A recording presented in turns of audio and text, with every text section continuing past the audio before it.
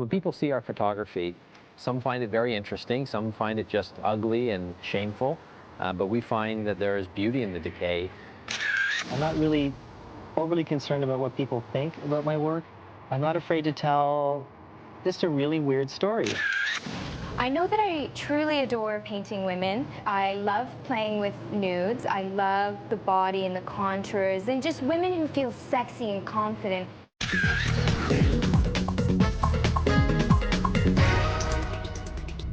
I'm Matt. And I'm Sean. Together we're two members of the Decay photo group, Urban Decay Photographers.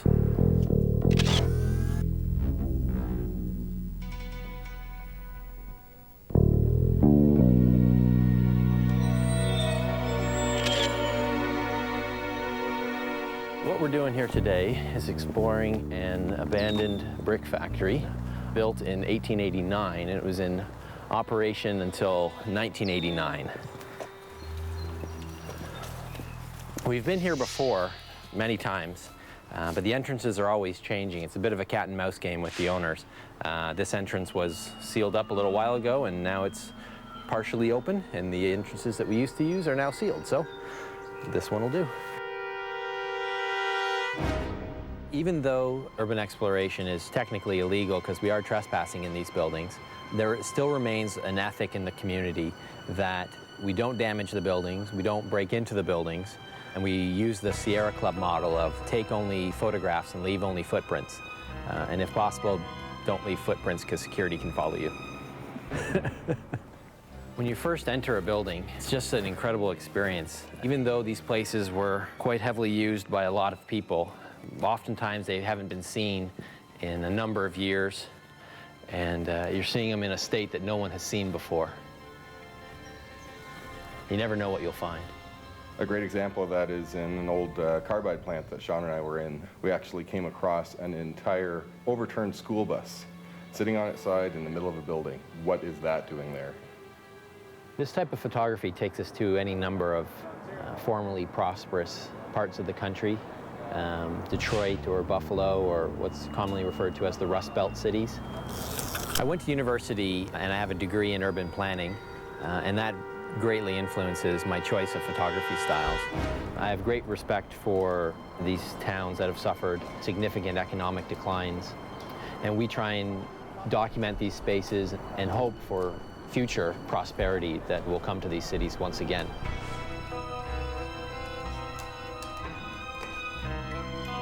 One of the other things that we like doing when we come in these old industrial places is try and figure out how the process worked, you know, what machinery did what.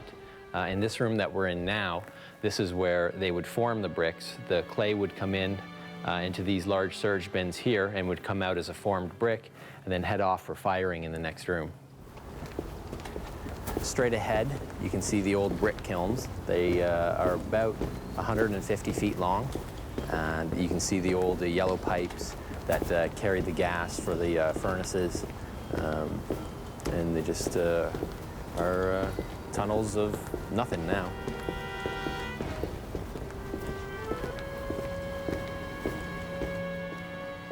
Tell me about this place.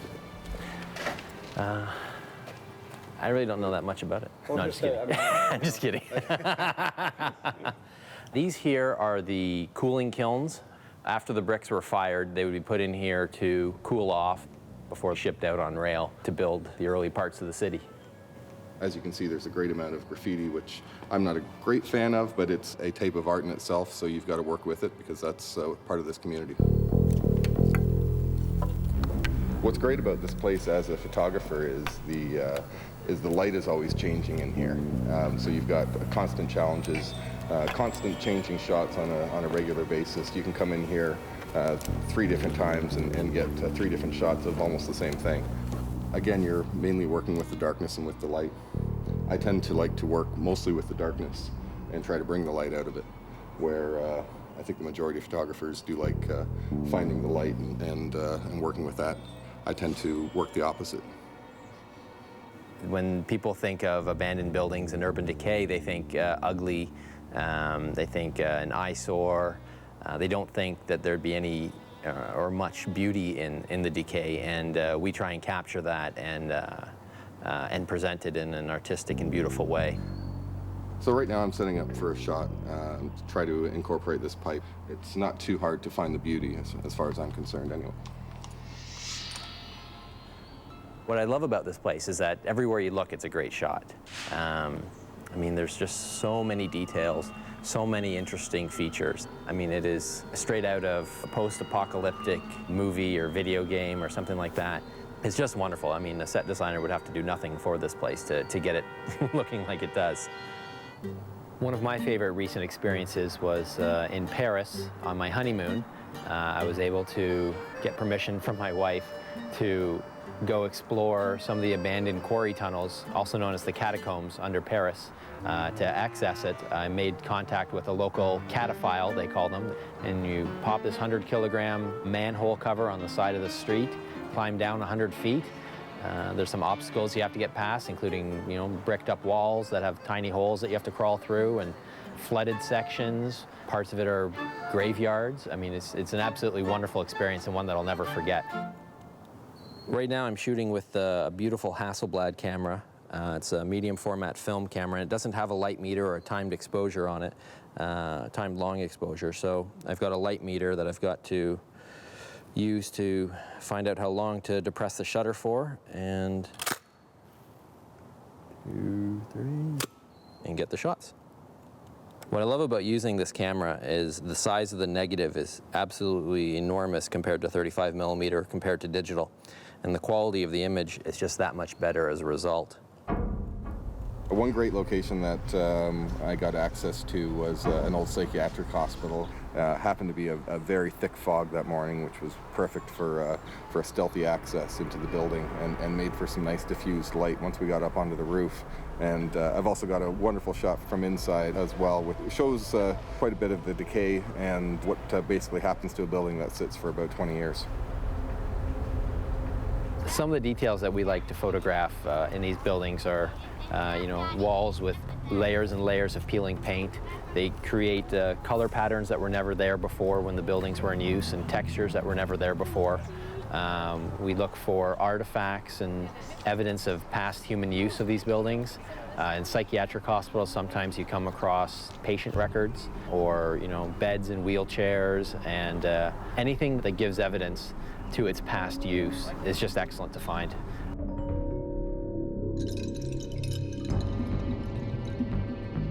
My head did touch the board, though. Oh, you mean the nail, the rusty nail that was sticking out of the board? That's the one. Excellent. Luckily, I do have wet naps with me. You should probably use one. At least to get rid of the blood streak that's now on your head. You have had your tetanus shots? That's good. I don't remember the last time I had mine, so I may be dead by the time this airs. I'm so scared. One of the fun things about this hobby is that you never know what you're going to find when you set out from the day. In this case, I've never actually been down in this tunnel, so you can see the tracks along the ground. The bricks would be on the carts ready to go out to the trains. Surprisingly, no graffiti in this tunnel. Oh wow, this is great. They must have just shut down operation before they could ship out. Man, these are wonderful. What a great find. The film that I have in this camera is a bit low sensitivity, so to take a shot without natural light, it would probably be about a half-hour exposure. So Matt's just going to grab a shot before we head on to the rest of the facility. 30-second exposure, f4. One thing I love about the digital medium is the ability to control the entire process from start to finish. This little bridge here has a special meaning for my wife and I. Before we got married recently, we came here to shoot some of our pre-wedding photos, and we've got a nice shot of the two of us sitting on this bridge. We found an old vaudeville theater, ballrooms, old high schools. I mean, there's so many different types of buildings out there. There's always something new to find and new to explore. What I love about this spot here at the brickworks is all these pipes over the cooling tunnels converging. It gives this great sense of depth. And they remind me of the creature and alien that latched onto that guy's face. It's pretty cool.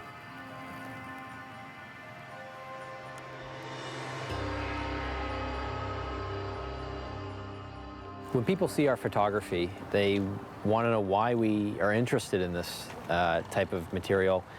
Some find it very interesting, some find it just ugly and shameful, but we find that there is beauty in the decay, and we try and express that through our photography and bring it out and show people that there's some amazing sights behind the boarding if you just look for it.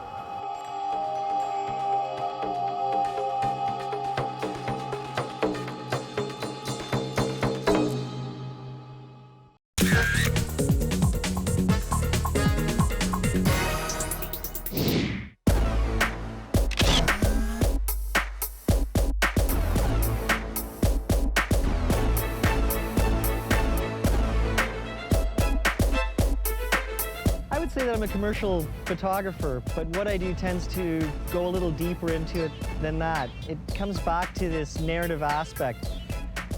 There's so much advertising and so much bombardment of people by visual media that you essentially have to give something back to people. And I find what you give back to them through my work, what I give back to them through my work is a sense of story. And that enables me to sell something to a client where people are looking at my images a lot longer than they normally would, because it's not just a flagrant product push. It's like a little story, and it kind of invites you in. And to me, I think this has a huge future, because it's sort of a new way of graphic and visual communication. And it allows you to enter a world and opens up windows on a world that ordinarily you'd never see.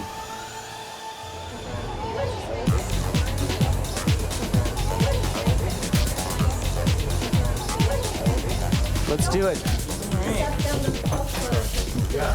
Okay, we got this. We're really privileged to have Dan Couto attend our event today for our Chrome Hearts collection. It's going to be phenomenal with him doing our photo shoot. I can't wait to see how everything turns out. It's going to be great.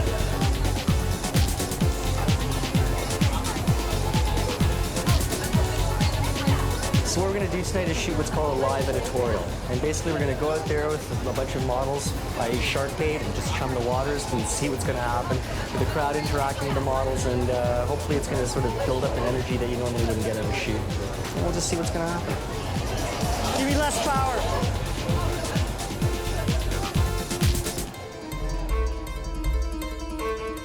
Basically today we're going to be shooting the dysfunctional zombie family in the auto wrecking yard. Instead of emulating what everybody else is doing, you want to do something that's just brand new. And you don't see many zombies in advertising. So technically what we're doing today too is we're bringing a lot of strobe, which is like electronic flash, outside with us. And that enables me to take the sky and essentially dial it down. And I can fully control the lighting on the people. They're going to be gelled blue here for fill light. And the direction of the main light has nothing to do with what's happening outside. And it makes for some interesting setups, because we'd never be able to haul a truck like this into the studio, let alone some of the other wonders we're going to be seeing over the course of the day. The people have to be positioned very carefully, and the flash relative to them, so that even if they move around a little, I'm still going to get the same effect, because I'm essentially guessing what that light's doing to them. Here we go. Okay, let's get that smoke happening. Good. That looks great.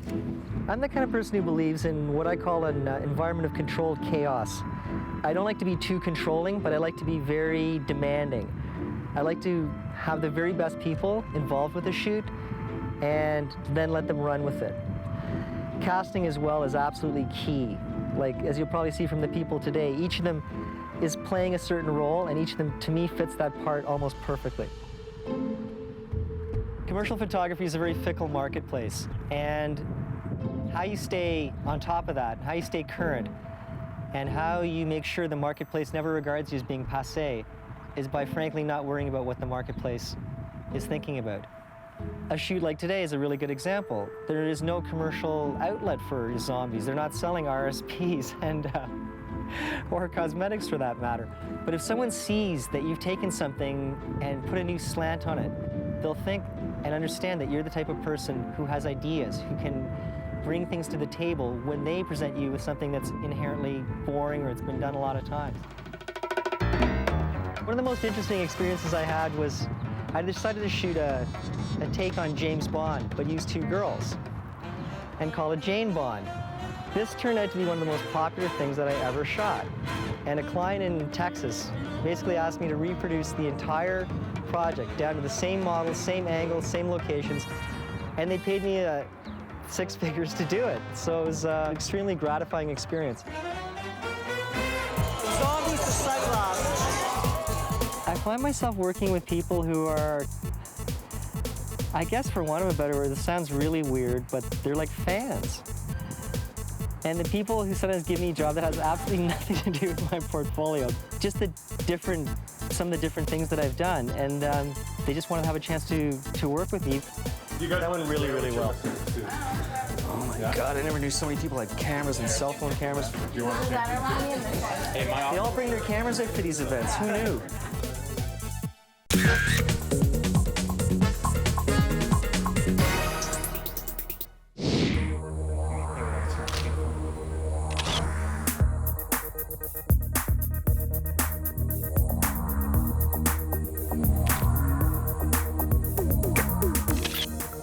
I like trying to intrigue people. I'm very artistic and I can be extremely extroverted when I'm around people. And then when I get into a mood, I can be really introverted and I need to be alone to really think about what it is that I want to do. And I like to spend time alone. I've explored different subject matter, but I think painting females is my favorite. I adore really strong women, and I always have. And so I have about 6 females that I have in mind who exhibit a really strong animal characteristic. And so I want them to be nude and just staring straight into the camera, and so you can really read their eyes. And then I want to try to morph them into whatever animal is their predominant characteristic.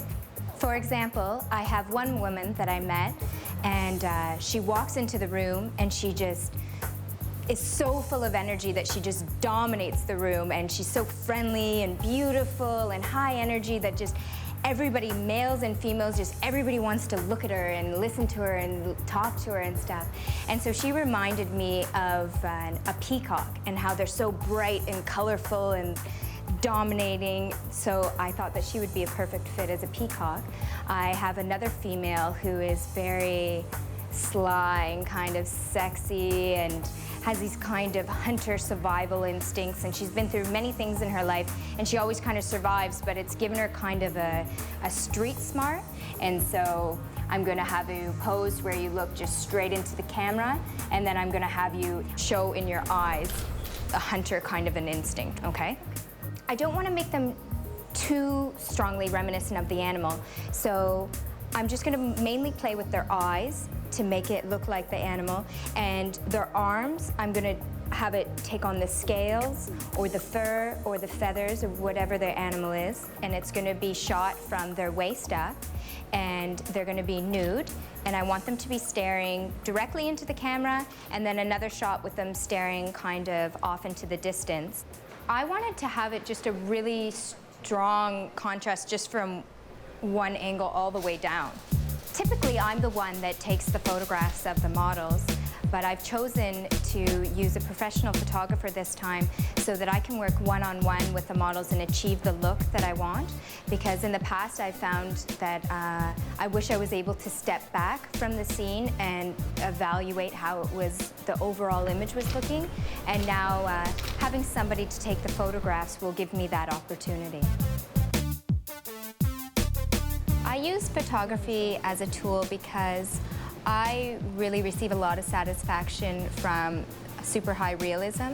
I've painted from imagination before and from live models sitting, and it's very expressive and free, and I really enjoy the process of doing the paintings, but I get a greater satisfaction from the completed image when I graph out a photograph and then blow it up into a painting.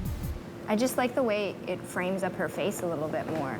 Than this one, I don't find it as flattering to her face. But I guess like the end result is closer to the high contrast, yes. But we might need more to work with, which is your call. Sounds good. It can be difficult to keep nudity tasteful because it's so easy to cross the line and make it erotic. I try to think of them as these beautiful muses that I'm just so inspired by, and they're so gracious, and I think of them as ballerinas, and they're just there to inspire. And I think it comes across in the way that I pose them. So it's a little bit of a give and take. I come with an idea of what I want, and then we just kind of play around and explore until we're both comfortable with it. It's going really great. I'm really happy with the results so far. I think we've probably got the shot so far, but we're still just playing around with getting a little bit more animalistic. And so by doing so, we're getting into poses where it gets a little bit too much light right here. So we have to find a way to soften it up and still having it primal. So that's where we are right now. The most significant piece that I've done was of September 11th. I photographed the event as it was happening from my rooftop, and it was just such a traumatic day that it's just burned into everybody's mind. And so from that moment on, I carried around this idea of this painting, of this drawing for about 2 years, and I wanted to get it out of my system, but I didn't know how to do it. And then all of a sudden in one night, I made a 10-foot by 4-foot mixed media piece of the attacks. The towers made out of newspaper articles on war and terrorism, because I became very obsessed with the news after the attacks, and so I felt it really encompassed all that that experience was for me.